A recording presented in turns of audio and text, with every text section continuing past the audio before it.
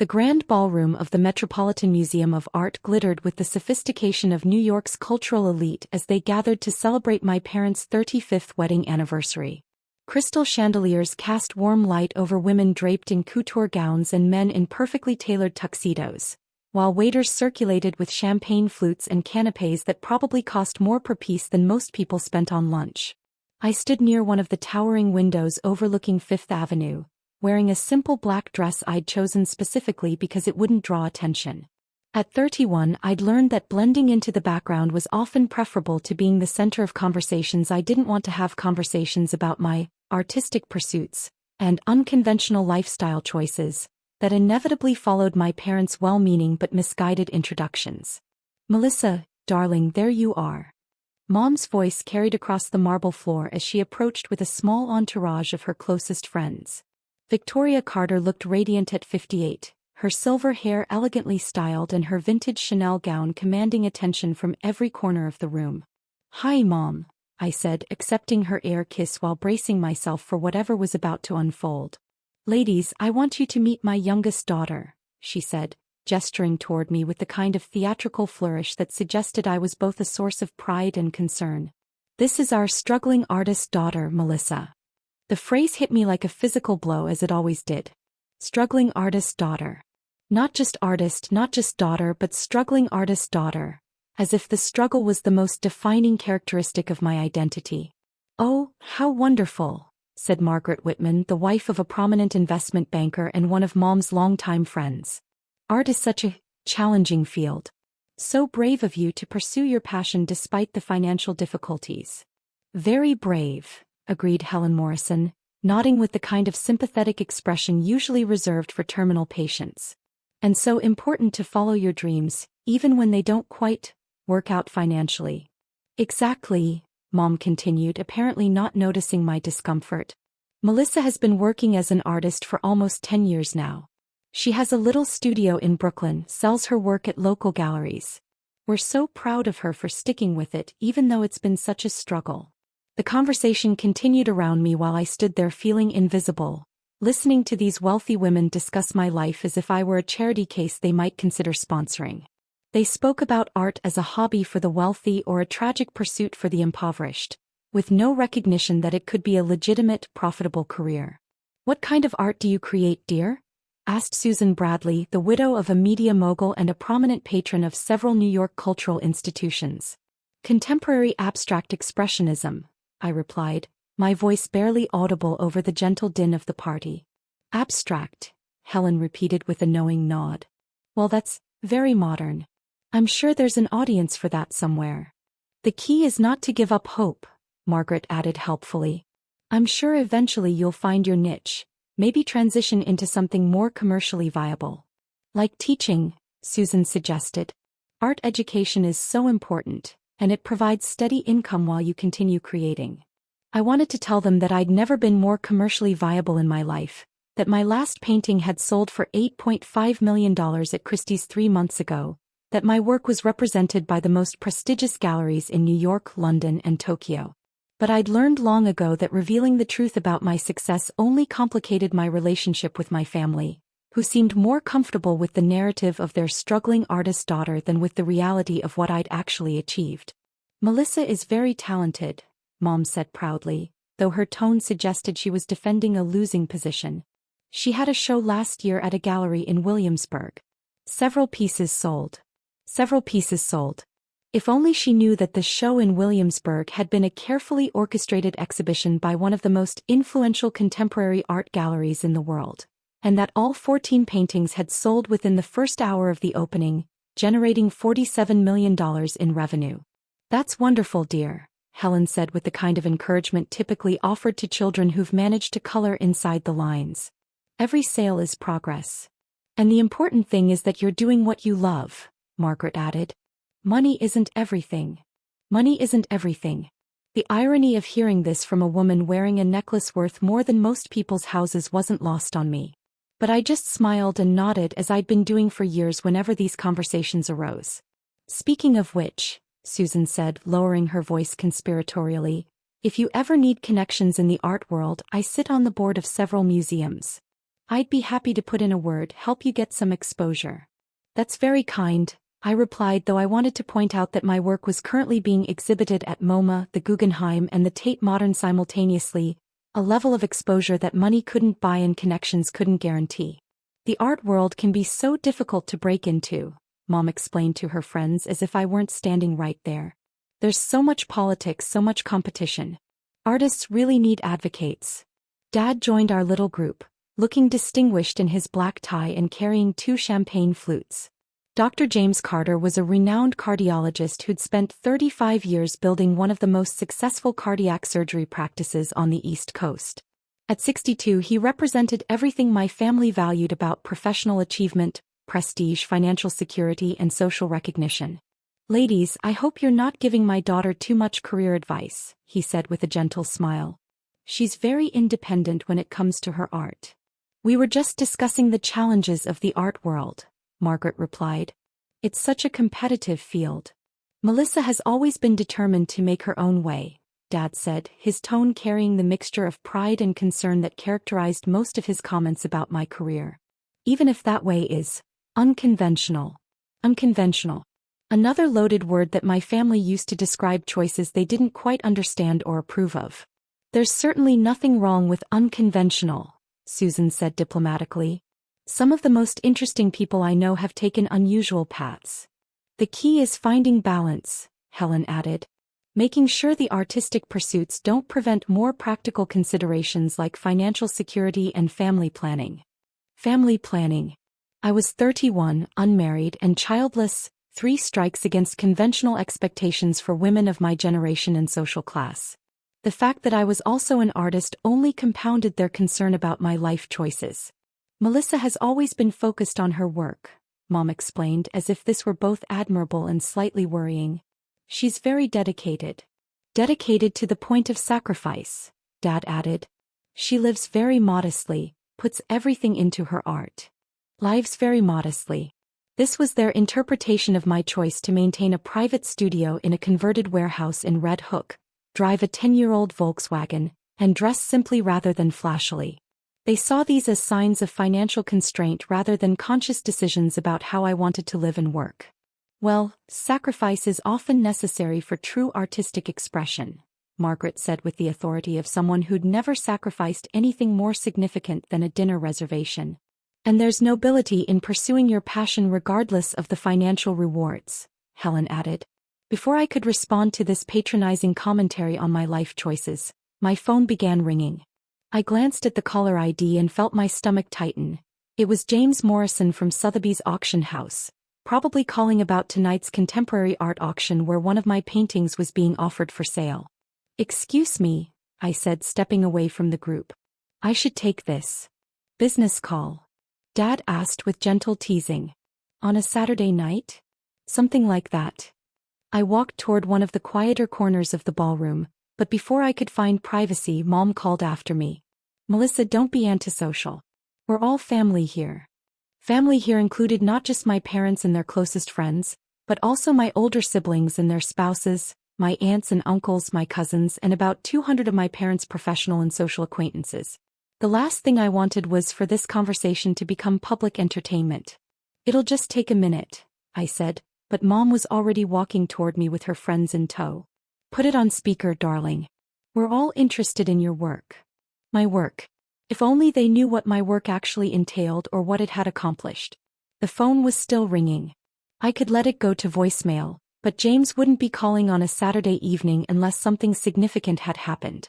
Sotheby's contemporary art auctions were major events in the art world, and my painting titled Convergence in Blue had been one of the featured lots.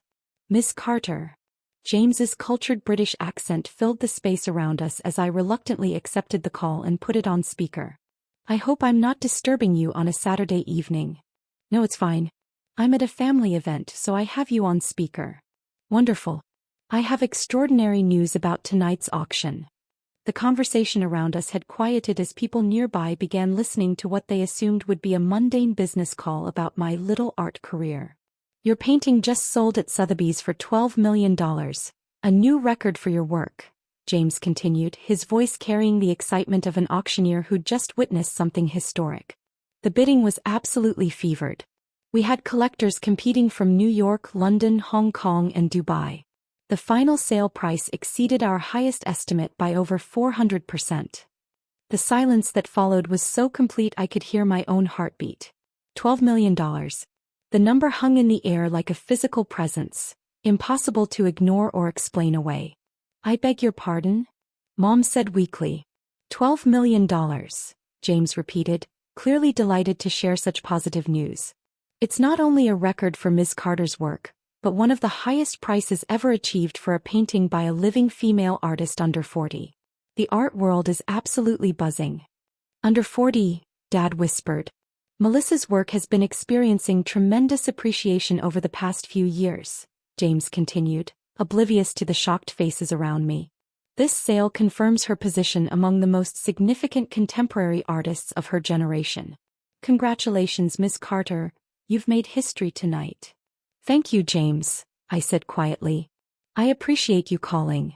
Of course, the buyer wishes to remain anonymous, but they're extremely excited about the acquisition. They've also expressed interest in commissioning a new piece if you're taking commissions. We can discuss that next week. Absolutely. Enjoy your family celebration, you have much to celebrate tonight. The call ended, leaving me standing in the middle of my parents' anniversary party with 200 people staring at me in various states of shock, confusion, and dawning realization. $12 million, Margaret whispered. For one painting, Helen added. Melissa, Mom said, her voice barely audible, did that man just say you sold a painting for $12 million? Yes. Tonight. Yes. At Sotheby's auction house? Yes. Dad sat down heavily in one of the nearby chairs, his face pale. Our daughter, our struggling artist daughter, just sold a painting for $12 million. At Sotheby's, Mom repeated as if saying it again might make it make more sense. The crowd around us had grown as word of the phone call spread through the ballroom. I could see my siblings pushing through the gathering crowd, their faces showing the same confusion and disbelief as everyone else. Melissa, my older brother David said as he reached us, did someone just say you sold a painting for $12 million? That's what the man said, Susan Bradley confirmed, her voice carrying a mixture of amazement and something that might have been respect. But that's impossible, my sister Jennifer said, joining the growing circle around me. $12 million? For one painting. Contemporary art can achieve very high prices at auction, I said carefully. But $12 million? David persisted. That's more money than most people make in their entire lifetime. It's more money than I make in 5 years, Dad added, and he was one of the most successful cardiac surgeons in New York. The crowd continued to grow as the story of the phone call spread throughout the ballroom. I could see people pointing in my direction, whispering among themselves, trying to process the information that the struggling artist they'd been pitying moments earlier had just achieved something extraordinary. Miss Carter, a voice said from behind me. I turned to see William Harrison, the director of the Metropolitan Museum, approaching with an expression of newfound interest. I couldn't help but overhear that remarkable phone call. Congratulations on your auction success. Thank you, Mr. Harrison. I was wondering if we might have a moment to discuss a potential exhibition opportunity. The Met has been following your work with great interest. Following my work with great interest. This was the same man who'd politely declined to meet with me when Mom had tried to arrange an introduction 2 years ago, suggesting that the museum's exhibition schedule was quite full for the foreseeable future. I'd be happy to discuss that with you next week, I said. Excellent. I'll have my assistant call your gallery to arrange a meeting. My gallery. The words seemed to register with my family for the first time. What gallery? Jennifer asked. I'm represented by Whitman Contemporary in Chelsea, I said. They handle all my sales and exhibitions. Whitman Contemporary, David repeated slowly. I've heard of them. Don't they represent some very famous artists? They represent some of the most significant contemporary artists working today, William Harrison confirmed. It's quite an honor to be included in their roster. And you've been represented by them for how long? Mom asked. For years. For years, she echoed. And in all that time you never mentioned. I mentioned my gallery shows. You assumed they were small local exhibitions. Because you said you were showing in Brooklyn. Whitman Contemporary has a satellite gallery in Dumbo. That's technically Brooklyn. Dad was still processing the implications of what he'd learned. Melissa, if you just sold one painting for $12 million, what are your other paintings worth? It depends on the piece, the size, the year it was created, the exhibition history. Ballpark, David pressed. I considered the question, looking around at the faces of people who'd spent the evening discussing my life as if I were a case study in artistic failure. My paintings typically sell for between $2 and $8 million, depending on various factors. 2 to 8 million, Jennifer repeated slowly. Each. And how many paintings do you sell per year? Dad asked. It varies. This year I'll probably sell 15 to 20 pieces. 20 paintings at an average of, let's say, 5 million each. David was doing rapid mental calculations. That's $100 million. Gross revenue, I corrected.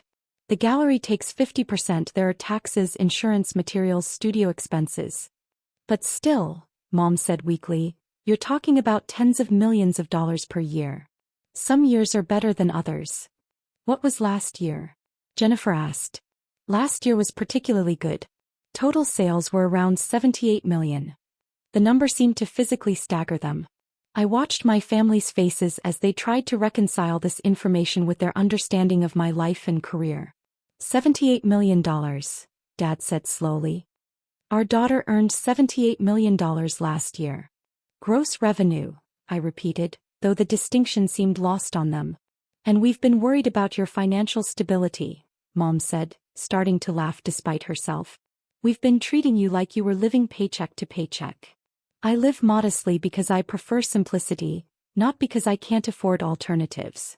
The studio in Brooklyn, David said, understanding beginning to dawn. How big is your studio? 15,000 square feet. It's a converted warehouse with 20-foot ceilings and north-facing windows that provide perfect natural light. 15,000 square feet, Mom repeated. That's bigger than our house. It needs to be big. Some of my paintings are 12 feet wide. And the apartment where you live? Jennifer asked. I have a loft above the studio. 2,000 square feet, very comfortable. Very comfortable, Dad echoed. And worth how much? I bought the building 4 years ago for $8 million. It's probably worth about $15 million now. You own the building, Mom said faintly. I needed the space and the control over my working environment. It made sense to buy rather than rent. The crowd around us had continued to grow throughout this conversation. I could see people taking photos with their phones, probably already posting on social media about the revelation that had unfolded at the Carter anniversary party. Melissa, Susan Bradley said, her tone completely different from the condescending sympathy she'd offered earlier. I had no idea you were so established in your career. You mentioned that you sit on museum boards, I replied.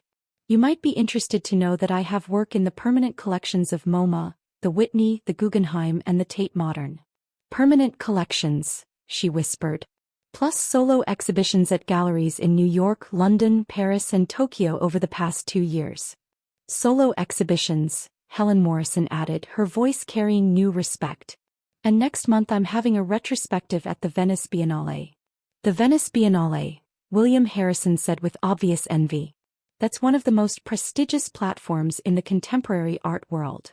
I'm honored to be included. Dad stood up and walked over to where I was standing. Melissa, I need to ask you something directly. Are you wealthy? I looked around at the gathering crowd, my family, my parents' friends, museum directors, art collectors, and social luminaries who'd spent the evening discussing my struggling artist status.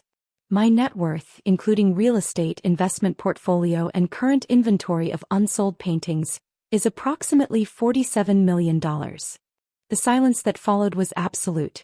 $47 million, Dad said slowly. As of last quarter's valuation. The number fluctuates with market conditions and new sales. You're worth $47 million, Mom said, sitting down next to Dad. And you've been letting us worry about your financial future for years, David added. You've been worrying about what you perceived as my financial future. I never asked for your concern. But why didn't you tell us? Jennifer asked, hurt evident in her voice. Why let us think you were struggling? I looked around at my family. These people who'd raised me, supported me through art school, and genuinely believed they were helping by expressing concern about my impractical career choice. Because I wanted you to love me for who I am, not what I've achieved.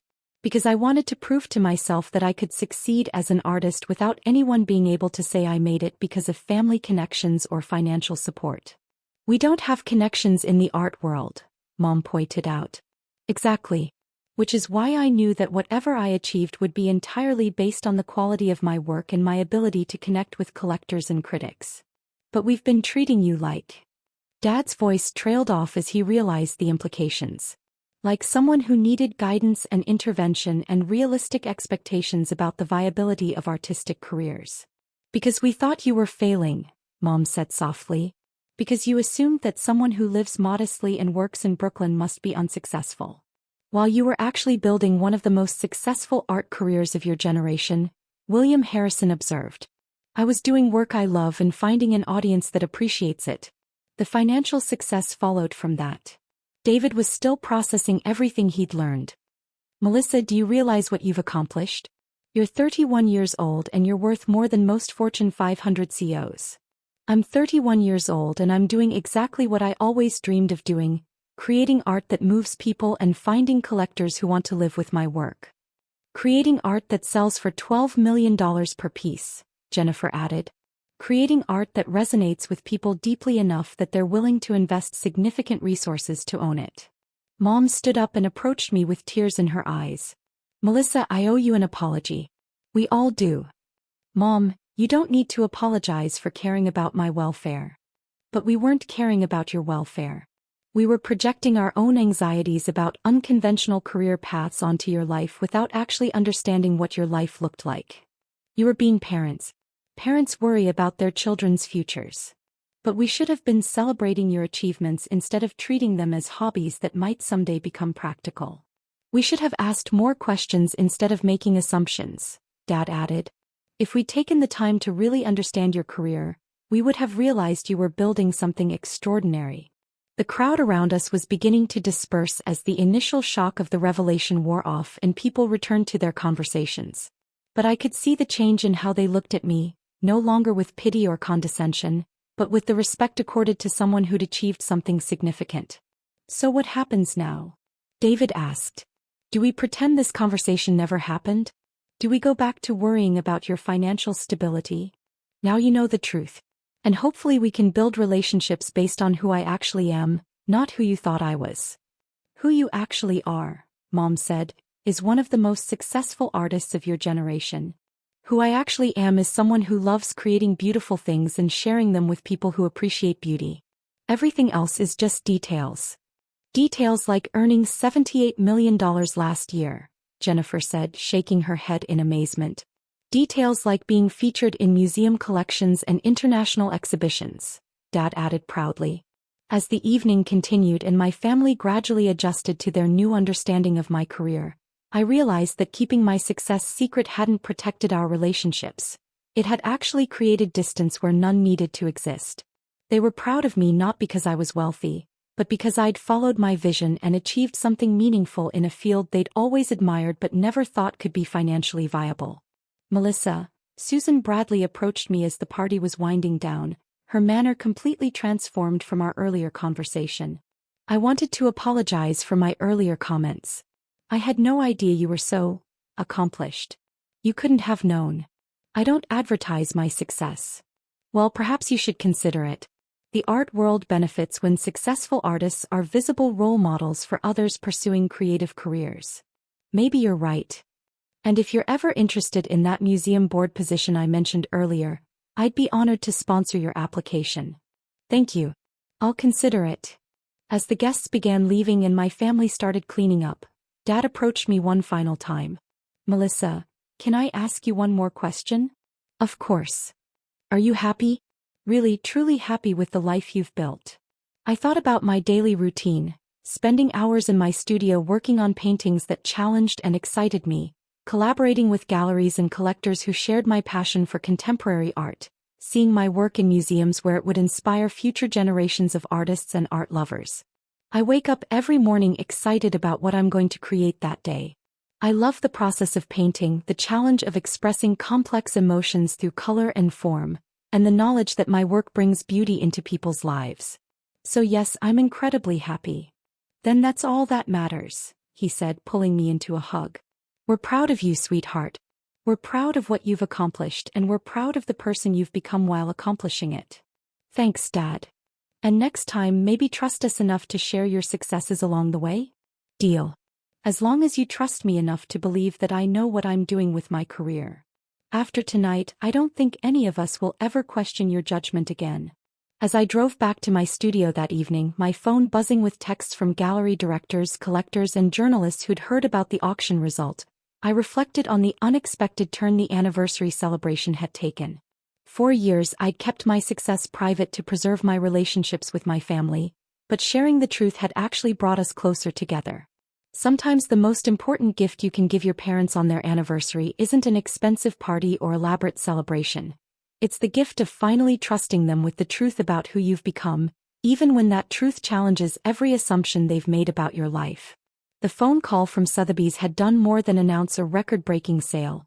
It had revealed years of hidden achievements, secret successes, and the complex dynamics that can exist between love and understanding in families who care deeply about each other but don't always see clearly. My painting had sold for $12 million, but the real value of the evening was in the new understanding between me and the people who mattered most, the recognition that success comes in many forms, and the most important measure of any career is whether it brings joy to the person living it.